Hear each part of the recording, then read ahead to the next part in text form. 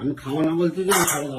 আমি এখন হোটেলে গিয়ে খাবো। বস এখানে আমি বলে দিলাম, তুই যদি এক পা এখান থেকে বেরিয়েছিস আমি তরকারি ফেলেছিস তোর কাছে আমি কেটে ফেলবো বলে দিলাম। বস এখানে বসতে বলেছি। আমার তুমি জোর করে খাও বাবা। তুই বসতে বলেছি তোকে আমি। তুমি আমাদের জোর করে খাও বাবা। তোকে আমি বসতে বলেছি।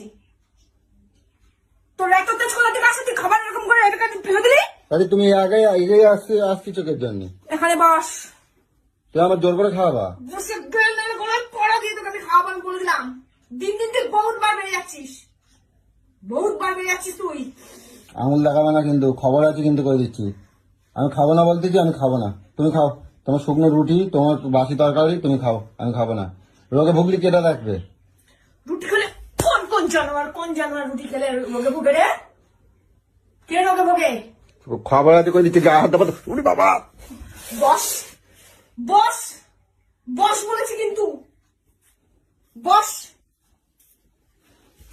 তোমার খবর আছে, আমার খাবাচ্ছ তো, তোমার খবর আছে করে দিলাম। গেল গেল